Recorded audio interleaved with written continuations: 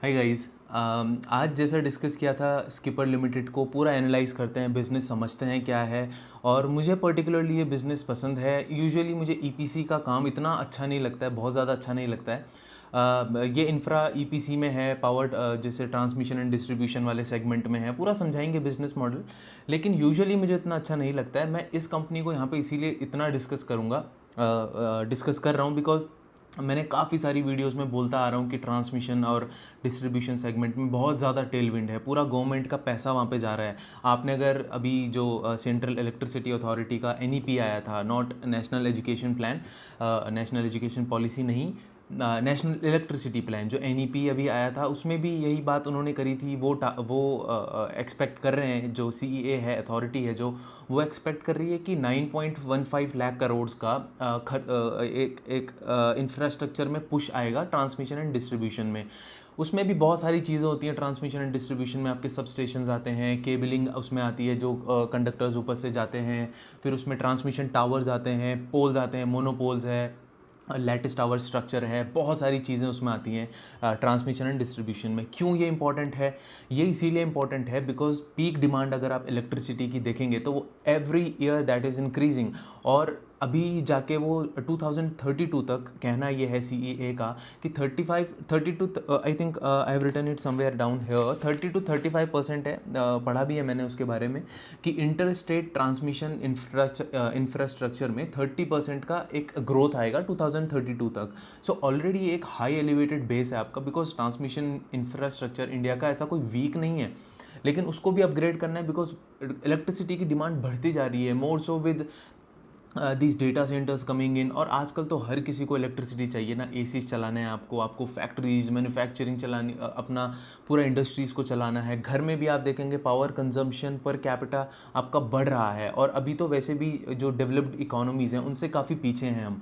तो पावर की डिमांड बढ़ेगी। अब पावर की जब डिमांड बढ़ेगी तो पावर को जनरेट तो कर लिया, एक जनरेशन वाला पूरा डिफरेंट सेक्टर है। चाहे आप थर्मल से जनरेट करो, चाहे आप हाइड्रो से जनरेट करो, चाहे आप रिन्यूएबल सोर्सेज से जनरेट करो, चाहे हाइब्रिड से जनरेट करो, जिसमें आपका सोलार और विंड कंबाइंड इलेक्ट्रिसिटी जनरेट करता है। तो जनरेशन का अलग हो गया। जनरेशन में ये पावर जनरेशन में नहीं है, इतना हमको समझना पड़ेगा। ये पावर जनरेशन में नहीं है, ये ट्रांसमिशन में है। अब पावर जनरेट हो गई है तो आपके घर तक भी तो पावर को पहुंचाना है। वो कैसे आएगा? वो अब हवा में तो नहीं आएगी। उसके लिए एक ट्रांसमिशन पूरा नेटवर्क चाहिए। ऑलरेडी अच्छा खासा ट्रांसमिशन नेटवर्क है इंडिया का, लेकिन डिमांड स्पीड से बढ़ रही है पावर की, कि एग्जिस्टिंग इंफ्रास्ट्रक्चर को 30% से इंटर स्टेट ट्रांसमिशन इंफ्रास्ट्रक्चर में अपटिक आने वाला है। और जैसे मैंने बताया 9 लाख करोड़ का खर्चा आएगा इसमें अगले कितने हो गए, 7-8 सालों में। तो काफ़ी अच्छा स्कोप है, गवर्नमेंट का पुश है। अगर आप दो तीन चीज़ें और इसमें समझो, पहले इसका प्रोडक्ट पोर्टफोलियो समझते हैं, कंपनी करती क्या है, आपको समझ आएगा। उसके बाद हम पूरा समझेंगे सिनेरियो क्या चल रहा है इस इंडस्ट्री में। और ये बहुत लोग भी कहते हैं, मैं भी कहता हूँ कि फॉलो द लिक्विडिटी। जहाँ गवर्नमेंट का पैसा जा रहा है आपको वहाँ पोजीशन बना के बैठना है। ज़रूरी नहीं है इस कंपनी में, बहुत सारी कंपनी है। कालापत्रा आपने देखी होगी, ऑलमोस्ट सिमिलर बिजनेस है, ऑलमोस्ट भी नहीं कहूँगा लेकिन अलॉन्ग द सिमिलर लाइंस। बहुत सारी कंपनीज जो ट्रांसफॉर्मर्स बनाती हैं। अब जैसे अपार इंडस्ट्रीज़ की मैं बात करूँ, वो केबल्स बनाती है, ट्रांसफार्मर के ऑयल बनाती है। तो उसमें भी आप देखेंगे ना, अगर ट्रांसफार्मर्स बढ़ेंगे बिकॉज सब स्टेशंस की कैपेसिटी बढ़ रही है, तो सब स्टेशन बेसिकली आपको, आप सब स्टेशन की कैपेसिटी आप ऐसे समझें जैसे वो एमवीए से रेटेड होती है, बिकॉज वो अपेरेंट पावर को डिनोट करती है। पावर भी डिफरेंट टाइप्स की होती हैं, active power, reactive power, apparent power. तो अगर आपका सिर्फ रेजिस्टिव लोड है तो आपका एक्टिव पावर जो लोड है वो एक्टिव पावर खींचता है। उसमें कोई पावर वेस्ट नहीं होती है, apart from the usual resistance that the cable provides और द मीडियम प्रोवाइड्स। थोड़ा रेजिस्टेंस तो होता है, P=I²R। पावर लॉस जो होता है I²R के बराबर होता है, तो वो रेजिस्टेंस उसमें रहता ही है। लेकिन एक्टिव पावर जब जाती है तो वेस्ट नहीं होती है एनर्जी। फिर रिएक्टिव पावर, जब आप रेजिस्टिव लोड की जगह इंडक्टिव लोड लगाते हैं। रेजिस्टिव लोड क्या हो गया? जैसे आपके लाइट बल्ब्स हो गई, हीटर हो गई, जो आपका हीट जनरेट कर रहा है, इलेक्ट्रिसिटी से हीट जब जनरेट होती है तो आपका रेजिस्टिव लोड है। इंडक्टिव लोड मतलब anything that has a motor in it. जब मोटर घूमती है तो आपका जो उसमें इलेक्ट्रिसिटी पावर जा रहा है, तो आउटपुट में तो जा रहा है, लेकिन some part of that power is also being used to convert that electric energy into rotational energy. आपको मैग्नेटिक फील्ड क्रिएट करना है कॉइल्स के अराउंड, जो मोटर्स होती हैं वो मैग्नेटिक फील्ड क्रिएट करती हैं, तो वहाँ पे इंडक्टिव लोड आता है और उसको सर्किट को हम कहते हैं कि ये सर्किट अभी रिएक्टिव पावर खींच रहा है। और अपेरेंट पावर क्या होती है? It's a combination of active power and reactive power.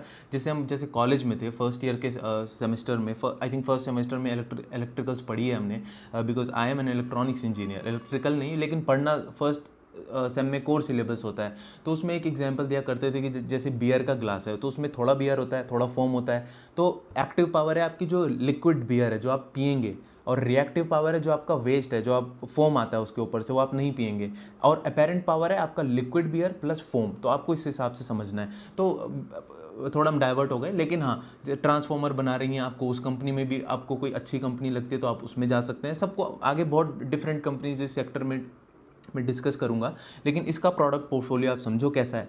तो ये क्या करती है, ये बैकवर्डली इंटीग्रेटेड भी है, ये टावर्स भी बनाती है, ये ईपीसी का काम भी करती है। तो आप अपने पहले स्क्रीन पे देखो, इंजीनियरिंग में 3 डिवीज़न है इसके।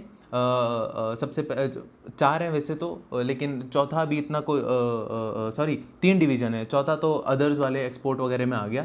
लेकिन आप इंजीनियरिंग को देखेंगे फिलहाल, तो इसमें क्या बनाती है? ये पावर ट्रांसमिशन टावर्स बनाती है, पावर डिस्ट्रीब्यूशन पोल्स बनाती है, मोनोपोल्स बनाती है। मोनोपोल्स अब ज़्यादा प्रेफर होने लगे हैं लैटिस स्ट्रक्चर की वजह से, के कंपैरिजन में। लैटिस आपने देखा होगा कि वो जो एक बड़े बड़े से पोल्स होते हैं इलेक्ट्रिसिटी के, जो कंडक्टर्स के थ्रू पावर ट्रांसमिट करते हैं, तो उसकी जगह मोनोपोल्स सिंगल पोल वाला ज़्यादा प्रेफर हो रहा है। फिर टेलीकॉम टावर्स भी ये बनाती है, और रेलवे स्ट्रक्चर्स भी बनाती है। रेलवे स्ट्रक्चर में आपको स्क्रीन पे दिख रहा होगा कोई बहुत ज़्यादा डिफरेंस नहीं है। बाकी ये MS and high tensile angles भी बनाती है, माइल्ड स्टील इसको हम कहते हैं, हाई टेंसाइल एंगल्स भी ये बनाती है, जो आपको दिख रहा होगा। बाकी टेस्ट स्टेशन, आपका जब टावर आपका बनता है तो उसको टेस्ट भी करना होता है, तो खुद भी ये टेस्ट करती है, खुद से ही टेस्ट करती है। इसकी रोलिंग मिल्स भी खुद की हैं। तो पूरा जाके ये अपना पूरा सप्लाई चेन का इसका खुद के पास है। ये ऑफ कोर्स बिलेट्स वगैरह तो इसको लेना पड़ेगा, जिससे ये आगे जाके टावर्स बनाएगी, फिर उसको गैल्वेनाइज्ड करेगी, जिंक की कोटिंग लगाएगी, वो सब अलग है। लेकिन मोस्टली रॉ मटेरियल प्रोक्यूर खुद से नहीं करती है, खुद से करती है, लेकिन इसका खुद का कोई रॉ मटेरियल का सोर्स नहीं है, वो तो इसको इधर उधर से प्राइमरी सप्लायर से प्रोक्यूर करना ही पड़ेगा।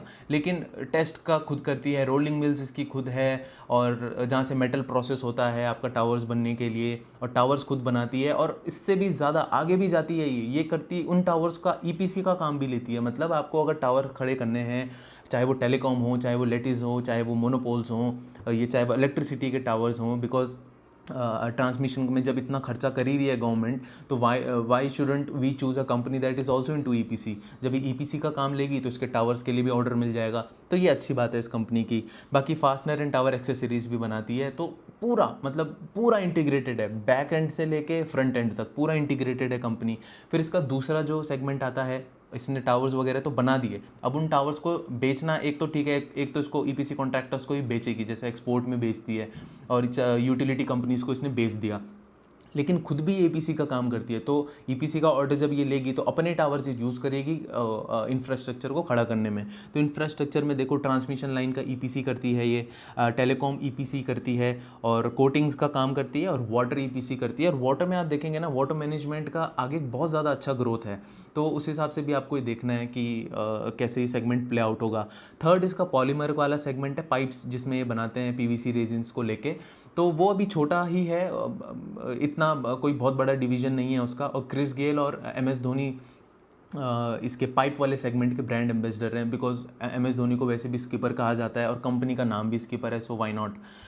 तो ये क्या बनाती है पाइप्स में? यूपीवीसी पाइप्स बनाती है, सीपीवीसी पाइप्स बनाती है, एचडीपीई पाइप्स बनाती है। यूपीवीसी पाइप्स यूजुअली, मैंने आपको पहले भी बताया, अनप्लास्टिसाइज्ड पॉलीविनाइल क्लोराइड। उसमें जैसे पीवीसी पाइप्स में से आप अगर प्लास्टिसाइजर्स को हटा दें, बिकॉज पीवीसी पाइप आप मोड़ सकते हैं, थोड़ा फ्लेक्सिबल होते हैं, लेकिन यूपीवीसी पाइप हार्ड हो जाते हैं बिकॉज उसमें प्लास्टिसाइजर्स ऐड नहीं है, that's why its name is unplasticized polyvinyl chloride. तो वो कोल्ड वाटर के लिए मोस्टली यूज़ होता है। फिर सीपीवीसी है, इसमें क्लोरिनेटेड पॉलीविनाइल क्लोराइड। ये आपका जैसे हीटिंग, जैसे गीज़र है घर में, या फिर जहाँ से भी आपको हॉट वाटर को ट्रांसफ़र करवाना है तो वहाँ पे आपका CPVC पाइप्स यूज़ होता है।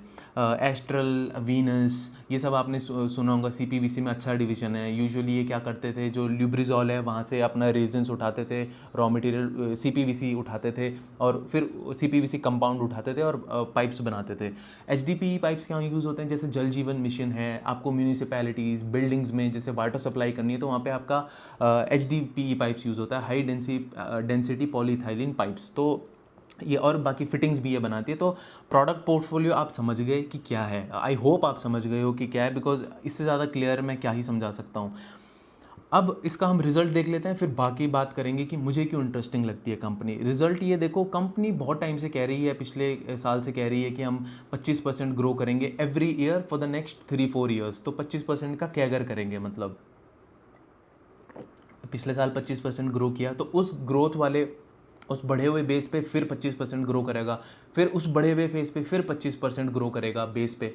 तो अच्छा गाइडेंस है, गाइडेंस तो ख़राब नहीं है। और बात ये अच्छी है कि ये बहुत ही ज़्यादा कंजर्वेटिव साइड में आके गाइडेंस देते हैं और डिलीवर बहुत अच्छा करते हैं। कभी ये 60% ग्रो करते हैं, कभी 50 करते हैं। इस बार भी आप देखोगे तो 43% का ग्रोथ आया है।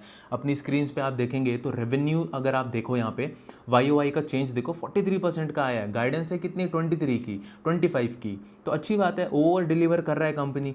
अब EBITDA मार्जिन आप देखो, इस बारी Q2 FY25 में आप देखोगे 10.1% के हैं और Q2 FY24 में भी 9.5% के हैं। और कंपनी का गाइडेंस भी ये था कि हम 11% की तरफ धीरे धीरे 2-3 सालों में जाएंगे, लेकिन वो भी मुझे लगता है कंजर्वेटिव गाइडेंस है, बिकॉज 10.1 तो ये अभी पहुंच गए हैं और इससे ज़्यादा मतलब सिर्फ 1% 2-3 सालों में बढ़ाएंगे। मुझे लगता है उससे ज़्यादा बढ़ाएंगे, 12 तक ये पहुँच सकते हैं, बिकॉज इनका कैपेसिटी यूटिलाइजेशन भी बढ़ रहा है। तो फिक्स्ड कॉस्ट आपकी बट जाती हैं बड़े इतने बड़े वाले स्केल के प्रोडक्शन में। और फिर इनका 75,000 टन का कैपेसिटी लाइव होने वाला है Q4 FY25 में, मतलब मार्च में अगले साल के। और फिर उसके बाद ये 1 साल और लगाएंगे नेक्स्ट 75,000 टन्स को कैपेसिटी को फिर उसके ऊपर एक्सपेंड करने में। बाकी आप देखो PBT मार्जिन्स अभी 4% का है। गाइडेंस भी यही था कि हम 4% तक पहुंचेंगे और कर भी रहे हैं। गाइडेंस को हर एंगल से ये गाइडेंस को मीट कर रहे हैं। अब पैट मार्जिन्स आप देखो 3% का है। तो मार्जिन्स आपको ओवरऑल कम लगेंगे, बट आपको ये भी समझना है कि इनका EPC का भी डिवीजन है, वहाँ पे इनके मार्जिन्स होते ही कहाँ हैं। पहले तो चलो मैं सेगमेंटल आपको मार्जिन्स दिखाता हूँ। सेगमेंट डिफरेंट सेगमेंट्स के मार्जिन्स क्या क्या चल रहे हैं, आपको बहुत अच्छी नज़र से ये देखना पड़ेगा। तो 4 सेगमेंट्स जो मैंने बताया। इंजीनियरिंग प्रोडक्ट्स, पहले आप साइड वाला पाई चार्ट देखो, फिर आप टेबल को अच्छे से समझ पाओगे। इंजीनियरिंग प्रोडक्ट्स में आपको मैंने सबसे पहले बताया टावर्स वगैरह बनाती है और MS और ये स्टील एंगल्स वगैरह बनाती है। तो 76% उसका वो वाला डिवीजन है। इंफ्रा वाला मतलब ये इसमें EPC, ये टावर्स खड़े करने का, बिजली की तारें बिछाने का काम करती है, वहाँ पर इसका 15% का डिवीजन है। और पॉलीमर पाइप्स का अभी 9% का है, वो धीरे धीरे ये ग्रो करेंगे। तो इंजीनियरिंग प्रोडक्ट्स का सबसे पहले आप डिफरेंट तीनों सेगमेंट का दिया है। इंजीनियरिंग प्रोडक्ट्स का आप देखो, हर सेगमेंट की 3 लाइन आइटम्स हैं, नेट सेल्स, EBITDA और परसेंटेज ऑफ सेल्स। तो परसेंटेज ऑफ सेल्स के बाद आप देखो लिखा है इंजीनियरिंग प्रोडक्ट्स में Q2 FY25 में 11.5% का मार्जिन, जो इसके पहले वाले साल में 11.2% का हुआ करता था। तो प्रोडक्ट्स में इनका मार्जिन अच्छा है, उसमें कोई प्रॉब्लम नहीं है। फिर आप PVC प्रोडक्ट में आएंगे, उसका सिर्फ आप मार्जिन देखो, परसेंट ऑफ सेल्स वाली लाइन आइटम जो है वहाँ पे देखो 4.0% से 4.6% पे बढ़ गया इनका मार्जिन। तो अच्छा ही है, वो भी अच्छी चीज़ है, इसको भी चाहेंगे तो और अच्छा बढ़े। इंफ्रा प्रोजेक्ट्स में देखो काफ़ी अच्छा जंप आया मार्जिन्स में, पिछले साल 3.5% के थे, इस बार 6.5% के। तो ये अच्छा मार्जिन का जंप आया और गाइडेंस भी यही है कि ये वाला मार्जिन भी आगे जाके एक्सपैंड करेगा। और टोटल में आप देखोगे तो 10.1%, वो मैंने आपको पिछले वाली स्लाइड में बता दिया था कि 9.5 से 10.1% के मार्जिन्स पे ये आ गए हैं। 11 इनका टारगेट है। तो ये रहा आपका परफॉर्मेंस हाइलाइट्स, कंपनी करती क्या है। अब मैं आपको इंपॉर्टेंट चीज़ें बताता हूँ जो कॉन कॉल में हुई हैं, जो अर्निंग्स कॉल में हुई हैं। मुझे कॉन कॉल वर्ड इतना अच्छा लगता नहीं है, इसीलिए मैं अर्निंग्स कॉल वर्ड ज़्यादा प्रेफर करता हूँ।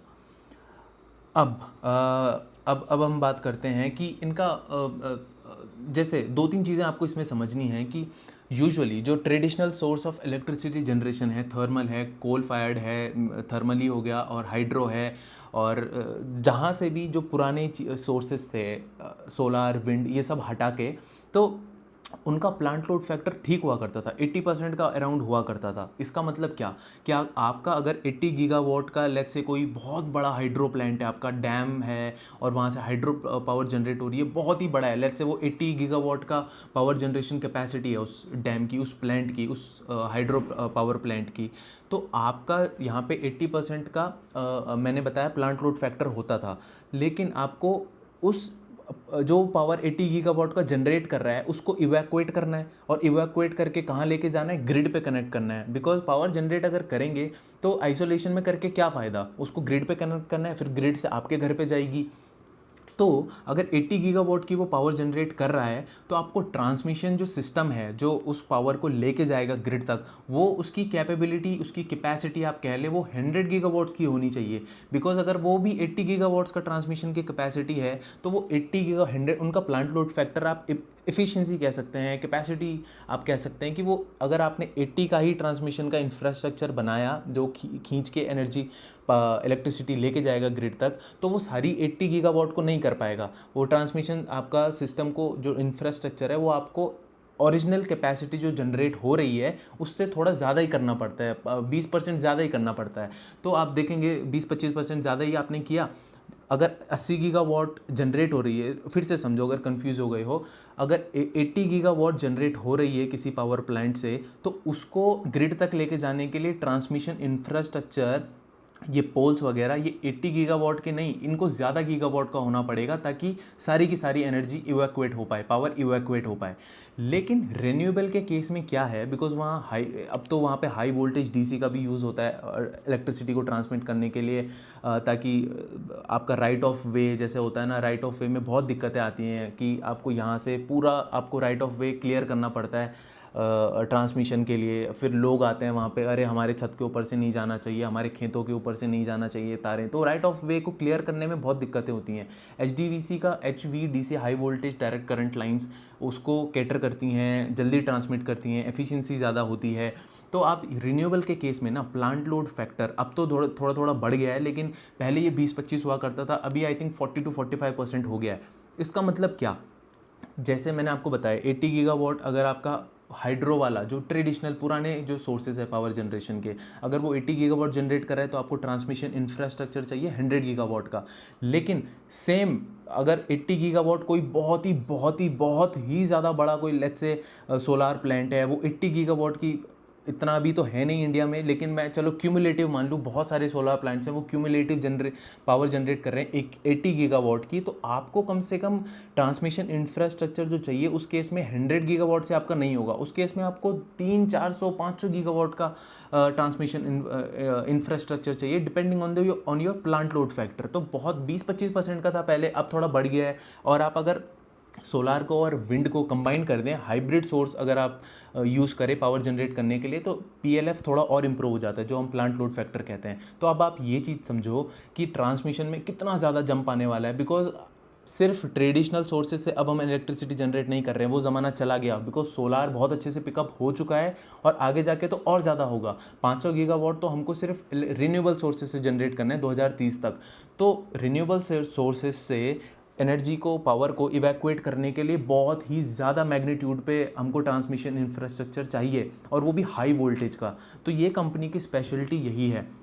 तो पहला पॉइंट तो ये हो गया कि ट्रांसमिशन सेक्टर में टेलविंड है, मैंने समझा दिया क्यों है, सारे रीजंस मैंने दे दिया क्यों है, और ये चाहिए भी। नेशनल इलेक्ट्रिसिटी प्लान आप देखोगे तो 33 गीगावाट का HVDC जो मैंने बताया ना, high voltage direct current transmission infrastructure है अभी इंडिया में, और वो डबल होने वाला है अगले कुछ सालों में, 5-6 सालों में। तो उसमें भी बिकॉज हाई वोल्टेज में ये कंपनी अच्छे से केटर करती है, तो फर्स्ट हमें समझ आता है कि पूरे ट्रांसमिशन सेक्टर में डिमांड है और वो रहेगी, डिमांड विजिबिलिटी है। ये ट्रांसमिशन इंफ्रास्ट्रक्चर जो है ये रातों रात खड़ा नहीं होता है, इसको तो अगले 2-3 साल तक आप मान के चल सकते हैं कि डिमांड विजिबिलिटी है। ये कोई पर्टिकुलर कंपनीज कैसा कर रही हैं ये मैं नहीं कह सकता हूँ, क्या पता स्कीपर आगे जाके एग्जीक्यूट ठीक से ना कर पाए प्लान्स को, कुछ प्रॉब्लम आ गया। आई am not talking about the company, I am talking about the entire sector, कि वहाँ पे 2-3 साल तक तो मिनिमम कह रहा हूँ मैं, बहुत कंजर्वेटिव होके, कि वहाँ पे डिमांड की विजिबिलिटी है। अब स्कीपर की मैं बात करूँ तो स्कीपर क्या करती है, टावर्स तो ये छोटा भी 11 किलोवाट का भी टावर बनाती है जो आपको ट्रांसमिट करेगा। ये 33 किलोवाट 33 केवी पे भी खेलती है, 66 केवी का भी इसका इंफ्रास्ट्रक्चर मैन्युफैक्चरिंग है टावर की। और इसका मेन बात ये है, अच्छी बात ये है कि हाई वोल्टेज वाले टावर्स भी ये बनाती है। हाई वोल्टेज जो ट्रांसमिशन लाइन है उसका ईपीसी का भी काम लेती है। वहाँ पे कंपटीशन ज़्यादा नहीं है। जो लो वोल्टेज वाले, जैसे मैंने बताया 11 केवी, 33 केवी, 66 केवी, वहाँ पे तो बहुत सारा कंपटीशन है, तो आपको प्राइसिंग कम मिलेगी। लेकिन हाई वोल्टेज मतलब 765 किलोवाट और 800 किलोवाट के लेवल की मैं बात कर रहा हूँ, तो बहुत ज़्यादा कंपनीज़ नहीं है, हार्डली 8-10 कंपनीज़ बताता है ये मैनेजमेंट, और उसमें भी कंपटीशन बहुत ज़्यादा नहीं है, और डिमांड इतनी है कि केटर करने के लिए डिमांड सफिशिएंट है इस टाइम पे। तो कंपटीशन मार्जिन्स को कोई खा नहीं रहा है एक दूसरे की, और वैसे भी हाई वोल्टेज वाले सेगमेंट में कम ही हैं, ईपीसी में भी कम है, और ये आपका ये टावर्स बनाने वाले भी कंपनीज भी कम हैं। तो काफ़ी ज़्यादा फ़ायदा है। और हाई वोल्टेज अभी चाहिए, हाई वोल्टेज मैंने आपको पहले भी बताया क्यों चाहिए ट्रांसमिशन के दौरान हाई वोल्टेज, बिकॉज आपका फिर, बिकॉज होता क्या है, power is equal to voltage into current. तो आपको अगर पावर आपको डिफाइंड है, आपको 100 गीगावाट चाहिए, तो लेट्स से कोई भी गीगावाट की आपको पावर चाहिए, तो आपके पास दो ऑप्शन है, या तो आप वोल्टेज बढ़ा दो या करंट बढ़ा दो। करंट अगर आप बढ़ा दोगे तो आपको वोल्टेज कम में भी चल जाएगा, लेकिन करंट जब आप बढ़ाते हो तो जितना आप करंट बढ़ाओगे उतना आपका पावर लॉस होगा। वो मैंने आपको बताया है कि P is equal to V into I तो होता ही है, लेकिन अगर आप सिर्फ वोल्टेज को देखेंगे तो voltage is also equal to I into R. तो उसको पावर वाले फॉर्मूले में चिपकाओ, power is equal to V into I, तो V को हम रिप्लेस कर देंगे आई आर से, because V is also equal to I R. तो पावर यहाँ पे क्या हो गया, पावर लॉस क्या हो गया, I इंटू वी को हमने आई आर से रिप्लेस किया, आई इंटू आर इंटू आई, जो ओरिजिनल फॉर्मूले में मैं आपको स्क्रीनशॉट वगैरह दिखा दूंगा। तो पावर लॉस का फॉर्मूला क्या हो गया, I square R, I into V तो हो ही, आई इंटू आर तो हो ही रहा है, और पिछला आई फॉर्मूले का है ही, तो वो आई स्क्वायर आर पावर लॉस का फॉर्मूला होता है। तो जितनी ज़्यादा करंट उतना ज़्यादा आपका पावर लॉस। तो इस फॉर्मूले से आप समझ रहे हैं ना, P is equal to I square R, ये तो आपने इलेक्ट्रिसिटी में, इलेक्ट्रिकल्स में पढ़ा ही होगा। तो आप देखो, अगर आप पावर को आई स्क्वायर आर वाला जैसे फॉर्मूला है, तो बेसिक मैथमेटिक्स, पावर आपने अगर करंट आई स्क्वायर आर है, करंट को आपने अगर हाफ कर दिया तो आपकी जो पावर लॉस है वो 4 टाइम्स कम हो जाएगा। तो इस हिसाब से भी आप इसको देख सकते हैं। इसीलिए हम क्या करते हैं, जब ट्रांसमिट करना होता है हमें लॉन्ग डिस्टेंसेस पे, तो हम करंट के साथ नहीं खेलते हैं, हमको वोल्टेज हम एक्सट्रीमली हाई कर देते हैं। 1 लाख 2 लाख भी वोल्टेज चली जाती है कभी कभी। तो वो हाई वोल्टेज इंफ्रास्ट्रक्चर को संभालने के लिए सारी कंपनीज केपेबल नहीं होती हैं। तो और चाहिए भी हमको हाई वोल्टेज, बिकॉज मैंने बता दिया, अगर करंट को हम कम रख सकते हैं, जितना कम करंट रखेंगे उतना करंट लॉस कम होगा। और डिस्ट्रीब्यूशन, ये जो यूटिलिटीज़ हैं, पावर यूटिलिटीज़, क्योंकि ये हमको पावर लॉस का चार्ज नहीं करती है, हम तो वो इतना ही चार्ज करती है जितना हम यूज़ करते हैं। तो सारा का सारा अगर एनर्जी ट्रांसमिशन में लॉस हो गया तो इनको भी लॉस होगा, और मतलब सारे जो बड़ी मुश्किल से ये पावर जनरेट कर रहे हैं प्लांट्स, तो उनका भी क्या फ़ायदा, सारा का सारा तो ट्रांसमिशन में लॉस हो जाएगा। That's why we have to keep voltage at very very very high levels to reduce the resistance of current, और करंट लॉस हम इसको कह सकते हैं। ठीक है, बाकी कुछ चीज़ें मैं बताता हूँ। कैपेसिटी मैंने आपको बता दिया, अभी इनकी 3 लाख टन्स की है पर एनम। वो अभी मार्च 25 तक, मतलब अभी जो मार्च आएगा आगे जाके, वो 75,000 टन से बढ़ाएंगे, फिर आगे जाके 75,000 टन से और बढ़ाएंगे। और कैपेसिटी यूटिलाइजेशन ये कह रहे हैं 85 to 90% रहेगा। तो वही, जब कैपेसिटी यूटिलाइजेशन ज़्यादा होता है तो हमारी जो फिक्स्ड कॉस्ट हैं वो बढ़ जाती, वो बड़े सेल्स के फिगर पे डिस्ट्रीब्यूट होती हैं, तो इसीलिए फ़ायदा होता है, वहाँ से हमारे मार्जिन्स को इम्प्रूवमेंट मिलता है।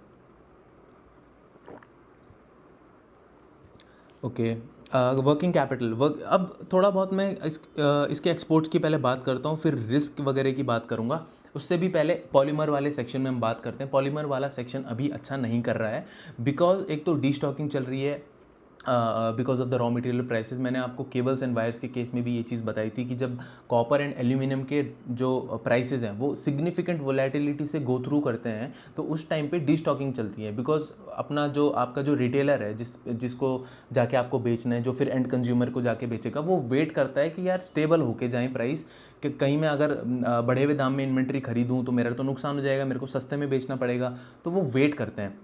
तो इसीलिए एट द रिटेलर साइड थोड़ा आपको प्रॉब्लम आता है। फिर दूसरा प्रॉब्लम पॉलीमर्स वाले जिसमें ये पाइप्स वगैरह बनाते हैं, बेसिकली वहाँ पे ये चल रहा है कि जल जीवन मिशन में भी जो इलेक्शन का टाइम था, वहाँ पे भी कोई ज़्यादा प्रोग्रेस हुई नहीं थी, काम रुका हुआ था। तो इन वाटर प्रोजेक्ट्स जो JJM के अंडर हैं, जल जीवन मिशन, वहाँ पे भी काम रुका हुआ है। और इनफैक्ट मैं आपको बताऊँ ना, अगर कोई आपको आके ये कह रहा है कि जल जीवन मिशन में ये चलेगा वो चलेगा, पाइप की बहुत डिमांड आएगी, तो आपको मतलब उसको भी ढंग का नॉलेज नहीं है, बिकॉज वो मुझे लगता नहीं है फिर वो कंपनी पढ़ता है। अगर आप प्रिंस पाइप पढ़ेंगे, एस्ट्रल पढ़ेंगे, तो सबका मैनेजमेंट का कहना एक ही है।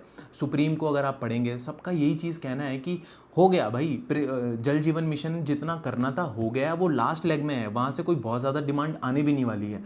तो इनको क्या है, जो इनका पाइप्स वाला डिवीजन है, ये 1000 करोड़ का रेवेन्यू टारगेट कर रहे हैं अगले 1-2 साल में। आई एम नॉट श्योर कि कब तक, मैं भूल गया हूँ बेसिकली, और लिखा भी नहीं है, तो आपको बता भी नहीं सकता हूँ मैं भी। लेकिन इन्होंने जैसे धोनी को एम्बेसडर बनाया है, क्रिस गेल को एम्बेसडर बनाया है, तो ये अपनी ब्रांड वैल्यू उसमें बढ़ा रहे हैं, ब्रांड की इमेज में ये ज़्यादा पैसा डाल रहे हैं, फोकस कर रहे हैं। तो आगे जाके इनको यही मतलब जल जीवन मिशन में कोई बहुत ज़्यादा अपॉर्चुनिटी बची नहीं है, सारा का सारा ख़त्म हो चुका है। तो ये अपने पाइप्स को या तो वाटर EPC के काम में फोकस करेंगे, जो मैंने बताया कि वाटर मैनेजमेंट का बहुत ज़्यादा फोकस है, पूरी इंडस्ट्री बहुत अच्छा कर रही है। तो अपने जैसे वाटर EPC का ये काम लेंगे तो अपने पाइप्स वहाँ यूज़ करेंगे, या तो रिटेलर्स, क्योंकि जो ईस्टर्न एरिया है, बिकॉज वहीं ये ज़्यादा प्रोमिनेंट है, कंपनी वहीं से निकली है, वहीं इसके हेडक्वार्टर्स हैं, इफ़ आई कैन से सो। तो वहाँ पे इसका ज़्यादा नाम है, बहुत अच्छा नाम है स्कीपर के पाइप्स का। तो ये इसको अपना रिटेल के अराउंड अपना मार्केट फोकस बढ़ाना पड़ेगा और अपनी इमेज इंप्रूव करनी पड़ेगी ब्रांड की, because next leg of growth in the polymer segment which is the pipe segment can come only when the brand visibility increases. अब मैं बताता हूँ डेट की, थोड़ा की रिस्क वगैरह की बात कर लेते हैं। रिस्क क्या है? सबसे बड़ा रिस्क तो ऑब्वियसली यही है इसके अंदर कि डोमेस्टिक इसका अभी मार्केट बहुत ज़्यादा डिपेंडेंट है, कितना गवर्नमेंट ट्रांसमिशन इंफ्रास्ट्रक्चर में फोकस करती है। बट हम इसको कह सकते हैं कि बहुत बड़ा रिस्क नहीं रहेगा, क्योंकि अब गवर्नमेंट ने जब नेशनल इलेक्ट्रिसिटी प्लान निकाला है, और मोदी गवर्नमेंट की बात यही रही है कि अगर कोई ये बड़े बड़े प्रोजेक्ट्स निकालती है, जैसे जल जीवन मिशन की मैंने बात करी, तो बहुत खर्चा होता है उस चीज़ पे। जैसे BSNL को अच्छा खासा बजट मिला था 5G को 4G को रोल आउट करने का और अपने को रिवाइव करने का बेसिकली। तो उसके लिए भी बहुत ज़्यादा 1200-1300 की करोड़ की ऑर्डर बुक अभी भी पेंडिंग है इस कंपनी के पास BSNL से। टावर्स लगाने होंगे, और पूरा EPC का काम, मतलब जो टावर EPC का जो काम हो गया। तो आगे जाके ऐसा लग रहा है कि जैसे आप देखेंगे वोडाफोन आइडिया और जियो एयरटेल, ये जो प्राइवेट प्लेयर्स हैं, इन्होंने भी अपने अपने रिचार्जेस के प्लान्स बढ़ाए थे, प्राइसेस बढ़ाए थे। और ये प्राइसेस बढ़ाने का अच्छी बात ये होती है कि सारा का सारा आपका कस्टमर तो आपने ऑलरेडी एक्वायर किया है, उसको एडिशनली सर्व करने में आपको कोई प्रॉब्लम नहीं है, आपको इतना खर्चा आ नहीं रहा है। तो जितना आपने प्राइसेस बढ़ाया है वो सारा सारा आपका एबिटा में फ्लो थ्रू हो जाता है। तो इनके पास इनकी जो बैलेंस शीट है वो धीरे धीरे स्ट्रांग होगी, जस्ट बिकॉज इन्होंने रेट्स बढ़ाए हैं। और आगे जाके मुझे लगता है कि ये भी काफ़ी ज़्यादा केपेक्स करेंगे टावर्स एंड ऑल पे। तो देखना पड़ेगा कि कितना कंपनी उस सेक्शन में केटर कर पाती है और ऑर्डर्स ले पाती है। तो अगर आप इसको की रिस्क की तरह देखना चाहें तो देख सकते हैं, because the company is heavily dependent on how much the government is spending on transmission infrastructure. तो लग तो रहा है कि गवर्नमेंट करेगी, बिकॉज नेसेसिटी भी है ना, आपको इतनी सारी एनर्जी आप जनरेट तो कर दी आपने, रिन्यूएबल एनर्जी, उसको आप ट्रांसमिट करके लेके भी तो जाना है ग्रिड तक। खाली जनरेट करके तो कोई फ़ायदा नहीं है। और पावर डिमांड, पीक डिमांड बढ़ भी रही है, तो उस हिसाब से खर्चा तो होने वाला है ट्रांसमिशन एंड डिस्ट्रीब्यूशन वाले सेगमेंट में। दूसरा की रिस्क क्या है, सिंस इसका EPC वाला भी एक डिवीजन है, तो आपको ये चीज़ देखनी पड़ेगी कि इसकी वर्किंग कैपिटल कैसे चल रही है। रिसीवेबल्स कहीं बहुत ज़्यादा तो नहीं बढ़ गए हैं, पेएबल्स कहीं बहुत ज़्यादा कम तो नहीं हो गए हैं, और आपका इन्वेंट्री कहीं बहुत ज़्यादा तो नहीं बढ़ रही है। ये सब आपको देखना पड़ेगा, बिकॉज इस बार भी अगर आप देखेंगे तो जो कॉन्ट्रैक्ट लाइबिलिटीज़ हैं, मतलब जो एडवांसेस फ्रॉम कस्टमर्स थे, तो वो घट गए थे, मतलब कस्टमर्स ने एडवांसेस कम दिए इस बारी। तो उससे आपका जो कैश फ्लो है उसमें थोड़ा सा नेगेटिव इम्पैक्ट आया है। तो आपको ये देखना है कि हमेशा एटलीस्ट कंपनी यार पूरे अगर साल का हम देखें तो कैश फ्लो फ्रॉम ऑपरेशंस तो पॉजिटिव रहनी चाहिए, वरना ईपीसी वाली कंपनी का कुछ पता नहीं चलता है कि थोड़ा रिस्क ज़्यादा रहता है इसका इन्वेंट्री और रिसीवेबल्स को लेके, और पेबल्स भी कभी कभी इनके बहुत ही कम हो जाते हैं। पेबल्स हमारे होने चाहिए ज़्यादा अगर आपको वर्किंग कैपिटल अच्छे से मैनेज करना है। पेबल्स मतलब कितना आपको देना है अपने वेंडर्स को, तो वो ज़्यादा होंगे तो आपको सही है ना, तब तक उनके पैसों से आप धंधा कर लोगे। और इन्वेंट्री आपकी कम से कम होनी चाहिए ताकि जल्दी आप इन्वेंट्री को चर्न कर पाओ और खाली कर पाओ, और उसमें खर्चा ना, मतलब आप इन्वेंट्री जितनी आपकी स्टोर्ड है उतना ज़्यादा आपका पैसा भी स्टोर्ड है, मतलब आप इसको ये ऐसे समझें।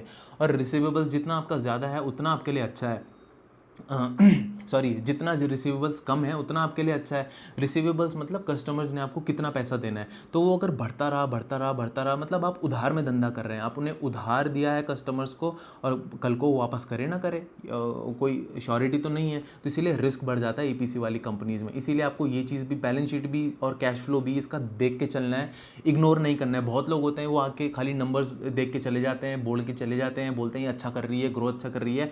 आपको और लेवल नीचे जाना है, आपको देखना है इसके cash flows from operations positive हैं या नहीं हैं, बढ़ रहे हैं या घट रहे हैं। अगर घट रहे हैं तो क्यों घट रहे हैं, क्या कोई वैलिड रीज़न है, क्या कोई वर्किंग कैपिटल में कोई प्रॉब्लम आ रहा है। Cash flow from operations is derived from all these things, आपका नेट प्रॉफिट से लेके फिर आपको जितना भी नॉन कैश एक्सपेंसेस है, डिप्रिशिएशन और ये सब आपको घटाना पड़ता है। फिर वर्किंग कैपिटल को आपको मैनेज, पूरा working changes in working capital को अकाउंट करना पड़ता है। तो देखना पड़ेगा आपको, वर्किंग कैपिटल भी आप देख के चलना, खाली हवाओं में मत उड़ना कि यार ये कंपनी तो बहुत अच्छा कर रही है, ग्रोथ बहुत अच्छा कर रही है। उधार पे भी कंपनियां बहुत ग्रो करती हैं। दूसरा चीज़ मेरे को ये प्रॉब्लम लगता है कि जैसे मैंने अभी स्टार्टिंग में बोला कि 9.15 लाख करोड़ का खर्चा आएगा ईपीसी ट्रांसमिशन एंड डिस्ट्रीब्यूशन वाले बिजनेस में। तो अब सबको लगेगा अरे इसका तो total addressable market 9 lakh crore का हो गया। नहीं, आपको ये देखना है कि वो 9 लाख करोड़ सिर्फ ट्रांसमिशन टावर्स वगैरह ईपीसी के काम में नहीं है, वो सबस्टेशन भी बनाना है, उसमें केबल्स का भी खर्चा है, तो 50% तो उसी में चला जाएगा। तो कंपनी का जो टोटल एड्रेसेबल मार्केट है एट प्रेजेंट, तो वो सिर्फ 40 to 50% of this 9 lakh crore है। अब वो कितना ले पाएगी, कितना केटर कर पाएगी, वो उसके ऊपर है। लेकिन हम ब्लाइंडली ऐसा नहीं कह सकते कि सारा 9 लाख करोड़ इसका तो टोटल एड्रेसेबल मार्केट है, पूरा मार्केट को ही केटर कर सकती है वो। इन चीज़ों से हमको बचना है, इन जनरलाइजेशन से हमको बचना है। इसीलिए मैं यहाँ के बहुत लेयर्स में जा जाके आपको चीज़ें समझाता हूँ, ताकि आप ये फालतू की चीज़ों में ना फंसो। लेकिन कंपनी का कहना ये भी है कि हम ऐसे प्रोडक्ट्स और सर्विसेज आगे जाके इंट्रोड्यूस करेंगे कि जो ये rest 50% of the total addressable market है, 9 लाख करोड़ को मैंने आपको बताया कि सब स्टेशन भी हैं, इसमें केबल्स भी हैं, इसमें बहुत सारी चीज़ें हैं, तो वहाँ पे भी ये केटर करने के लिए एलिजिबल हो जाएगी नेक्स्ट कुछ क्वार्टर्स में या कुछ सालों में, वो देखना पड़ेगा कब। तो ठीक है, ऑर्डर बुक भी if I am not wrong, इसके ऑर्डर बुक अभी 5,000 करोड़ का था, और एंड भी ये कहना वाली है, ईयर भी एंड इसका ये कह रही है कि 4,500 to 5,000 करोड़ का ऑर्डर बुक हमारे पास होगा। और 700 करोड़ का Q1 में आया था, और सिमिलरली इनका Q2 में भी आया है। तो Q2 का ऑर्डर बुक शायद मैं लिखना भूल गया हूँ, आई am not sure about Q2 का ऑर्डर बुक, वो लेकिन आपको मिल जाएगा। इनफैक्ट आप सिंपल गूगल करेंगे आपको उसमें भी मिल जाएगा। तो आप देखें, गाइडेंस मीट कर रही है कंपनी, ऐसा कुछ प्रॉब्लम नहीं है कि गाइडेंस में कोई प्रॉब्लम है, तो आपको देखना पड़ेगा। डेट की अगर मैं बात करूँ तो 550 करोड़ का इनका अभी डेट है इनके पास।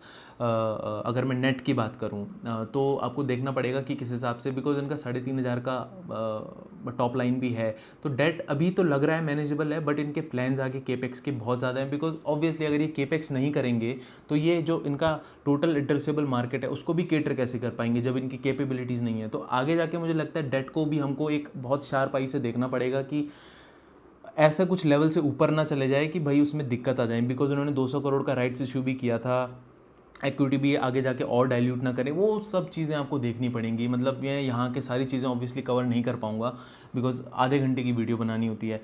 तो वैल्यूशंस की अगर मैं बात करूँ तो obviously for someone who is looking to entry at this level, तो रिस्क बहुत ही ज़्यादा हाई है। बहुत ज़्यादा भी नहीं बोलूँगा, बट रिस्क रिवॉर्ड रेशियो मुझे पसंद नहीं आएगा अगर फॉर मी पर्सनली, लेकिन चाहे तो आप कर सकते हैं। पर्सनली मैं तो नहीं करूँगा, आपको अपना डिसीजन खुद से लेना है। मैंने आपको अपनी बात बता दी, एंटर मैं नहीं करूँगा। अब आई एम नॉट ऑल्सो सेइंग कि मेरे पास ये नहीं है या मेरे पास है, बिकॉज उससे भी लोग अब इन्फ्लुएंस होना शुरू हो चुके हैं, मैंने ये देखा है कमेंट सेक्शन में। So I am not gonna say, but हाँ, if I were you I would wait for some correction. अभी आया भी था करेक्शन इस स्कीपर में, या पूरे मार्केट में करेक्शन था, तो ठीक ठाक लेवल पे ही मिल रहा था, वहाँ पे रिस्क रिवॉर्ड थोड़ा और कम हो गया था। तो उस हिसाब से आपको देखना है। बाकी if you are already in the stock then congratulations, बहुत ही अच्छा कर रहा है ये, और आगे भी I don't see any valid reason to get out of this stock as of now, if you have it obviously. तो उस हिसाब से आपको देखना है। तो ज़्यादा वैल्यूशंस की बात करता हूँ तो लोग इन्फ्लुएंस होते हैं, फिर मुझे आके बोलते हैं कि देख स्टॉक बढ़ गया है, तूने मना किया था। तो मैं तो नहीं कह रहा हूँ कुछ, मैं सिर्फ अपना बात बता रहा हूँ। आपको क्या करना है वो ऑब्वियसली आप अपने हिसाब से सोचें। तो ठीक है, अभी आई थिंक 1-2 दिन का तो 1-2-3 आई डोंट नो, थोड़ा अभी 2-3 दिन फेस्टिवल्स हैं तो बिज़ी रहूँगा, तो रिसर्च भी नहीं हो पाएगी, और ऑब्वियसली नीडलेस टू से कि वीडियो भी नहीं बन पाएगी, और कुछ भी आके मेरे को वीडियो बनाना नहीं है। तो कुछ दिन का ब्रेक लेंगे, और आप सभी को दिवाली की बहुत शुभकामनाएं। हैप्पी दिवाली टू एवरीबडी, और थैंक यू सो मच। आप सब लोग एंजॉय करें, और मिलते हैं आपसे दिवाली के बाद। बाय।